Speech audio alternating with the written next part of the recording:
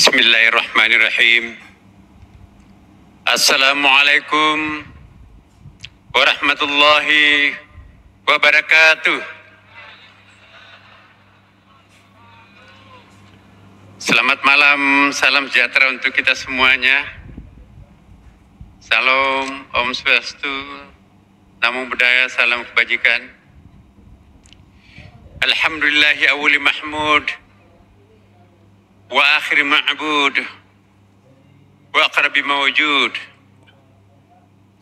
al-badi bila ma'lumin li azaliyah wa la akhira li awaliyah wal kaini qabla al-qawni bi ghairi kiyan wal mawjudi fi iyan wal qaribi min kulli najwa bi ghairi tadan. Asyhadu an la ilaha illallah wa asyhadu anna Muhammadan abduhu wa rasuluh sahibul burhan. Allahumma salli wa sallim ala sayyidina wa habibina wa syafi'ina wa maulana wa atba'ina wa qurrati a'yunina Muhammadin sallallahu alaihi wasallam.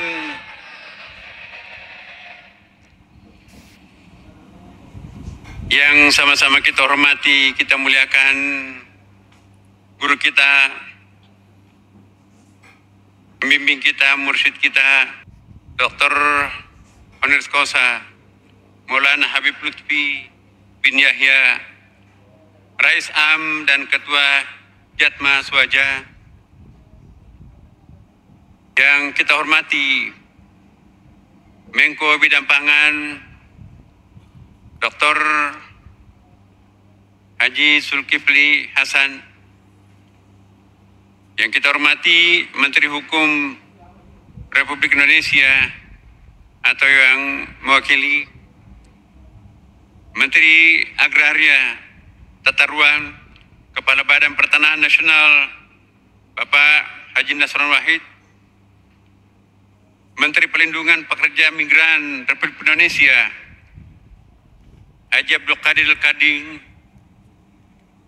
Menteri Kebudayaan Republik Indonesia Dr. Haji Fadlizon, Menteri Kelautan dan Perikanan Insinyur Sakti Wahyu Trenggono, dan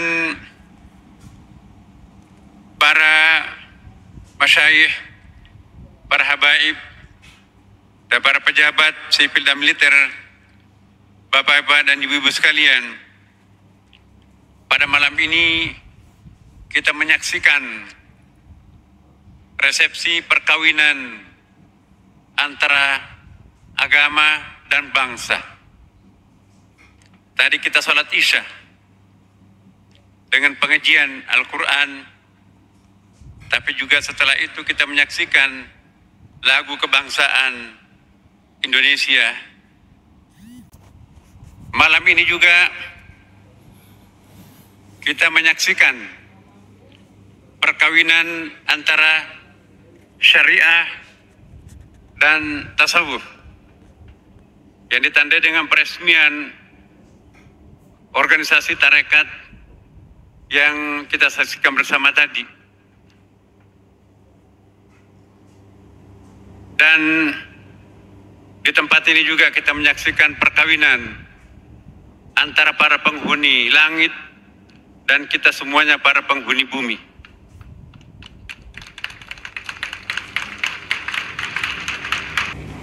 Bapak Ibu sekalian, man tafaqqah wa lam yatafaqqah faqad tafassak, wa man tasawwafa wa lam yatafaqqah faqad tasandaq, wa man jama'a bainahuma faqad tahaqqaq. Barang siapa yang berfikih tidak bertasawuf, maka itu adalah fasik, rusak. Tetapi barang siapa yang bertasawuf tapi tidak berfikih, maka itu zindik, rusak juga. Barang siapa yang menggabungkan keduanya, maka itulah yang benar. Maka pada malam ini, dalam rangka memperingati proklamasi kemerdekaan Republik Indonesia yang ke-80,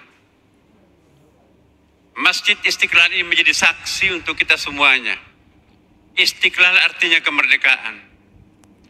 Tapi masjid ini juga menjadi rumah besar untuk kemanusiaan. Bukan saja umat Islam yang bisa hadir di tempat ini, akan tetapi mencontoh masjidnya Rasulullah, tokoh-tokoh lintas agama pun diundang Rasulullah hadir di masjidnya.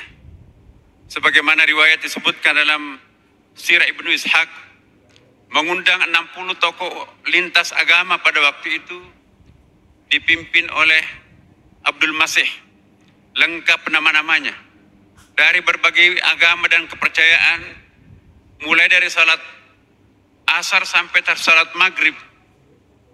Jadi apa yang kita lakukan di Masjid Istiqlal ini, kehadiran tokoh-tokoh agama lain, itu sesungguhnya mengikuti ajaran Rasulullah Muhammad SAW. Mestinya rumah-rumah ibadah itu juga sekaligus menjadi rumah kemanusiaan. Siapapun membutuhkan pertolongan, maka sebaiknya di masjid atau di rumah-rumah ibadah itu ada yang bisa memberikan pertolongan. Bapak Ibu sekalian, bersama-sama juga di tempat ini kita sangat berbangga karena dihadiri juga oleh Menteri Agama atau Menteri Wakaf Mesir, ya, hadir di sini, ya, Profesor Dr. Usamah Al-Azhari datang jauh-jauh khusus untuk menghadiri acara kita pada malam ini. Dan sejumlah qadhi dan ulama besar dari mancanegara pun juga hadir di tengah-tengah kita di sini, Bapak sekalian. Ini pertanda bahwa Indonesia memiliki kecenderungan yang sangat diharapkan oleh dunia lain, bangsa-bangsa lain, untuk menjadi imam untuk peradaban dunia Islam modern yang akan datang. Mungkin mereka sudah menganggap bahwa sudah waktunya Indonesia akan tampil untuk melahirkan sebuah peradaban dunia Islam baru di tempat yang sangat stabil ekonominya, yang sangat stabil politiknya, dan pun juga sangat damai penduduknya. Ini sangat menjanjikan yang sulit didapatkan di beberapa negara yang lain, terutama dunia Islam. Saudara-saudara kita yang ada di Palestina masih menderita mereka.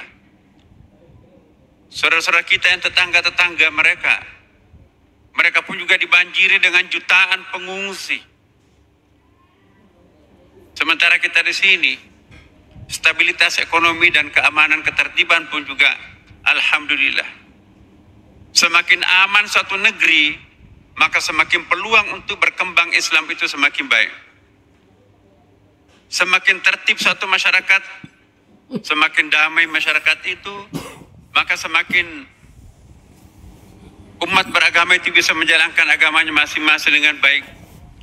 Disinilah saatnya paling tepat kami sangat berkeyakinan bahwa jika umat beragama itu mendalami agamanya masing-masing, maka insya Allah masing-masing akan lebih sulit menemukan perbedaan antara satu agama dengan agama yang lain. Akan tetapi kalau dangkal pemahaman agama kita masing-masing, maka sangat mudah kita menemukan perbedaan antara satu agama dengan agama yang lain. Mari kita menjadikan Indonesia ini sebagai rumah besar untuk umat beragama, rumah besar untuk kita semuanya, dan mari kita menjadikan contoh untuk berbagai belahan dunia. Tidak ada negara yang paling plural, tidak ada negara yang paling semajmuk Indonesia di permukaan bumi ini, tetapi mari kita berikan bukti bahwa kemajmukan pluralitas itu tidak berarti di situ di dalamnya ada persoalan-persoalan konflik. Karena itu Bapak Ibu sekalian, selaku Imam Besar Masjid Istiqlal Jakarta, Masjid Ibu Kota, dan juga sebagai Menteri Agama Republik Indonesia, mengucapkan selamat datang kepada tamu-tamu Allah dari berbagai penjuru. Masjid Istiqlal ini juga adalah meeting point yang mempertemukan antara penghuni langit dan penghuni bumi. Setiap malam Jumat di sini Bapak Ibu sekalian, kita melakukan berbagai macam rangkaian peribadatan, buka puasa bersama.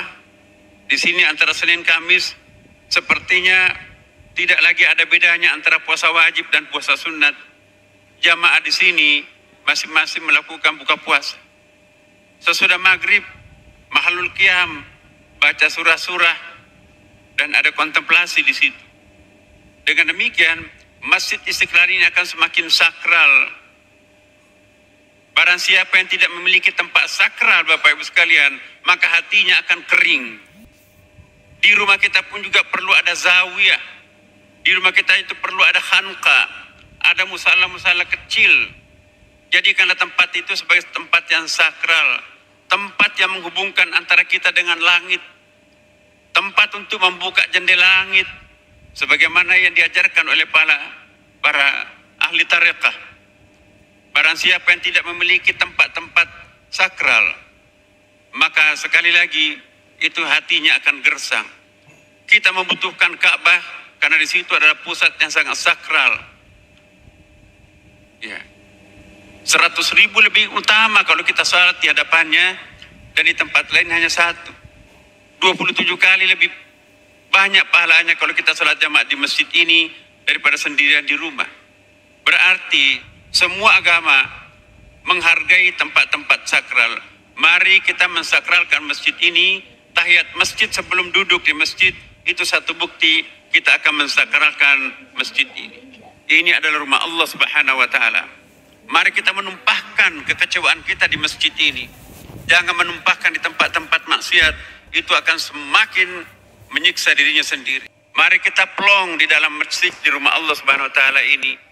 Barang siapa yang menyelesaikan persoalannya di masjid, ada janji Allah, wa takunul jibalu kal ihnil manfush, maka jadilah beban yang menggunung di pundak ini beterbangan bagaikan kapas yang sangat ringan.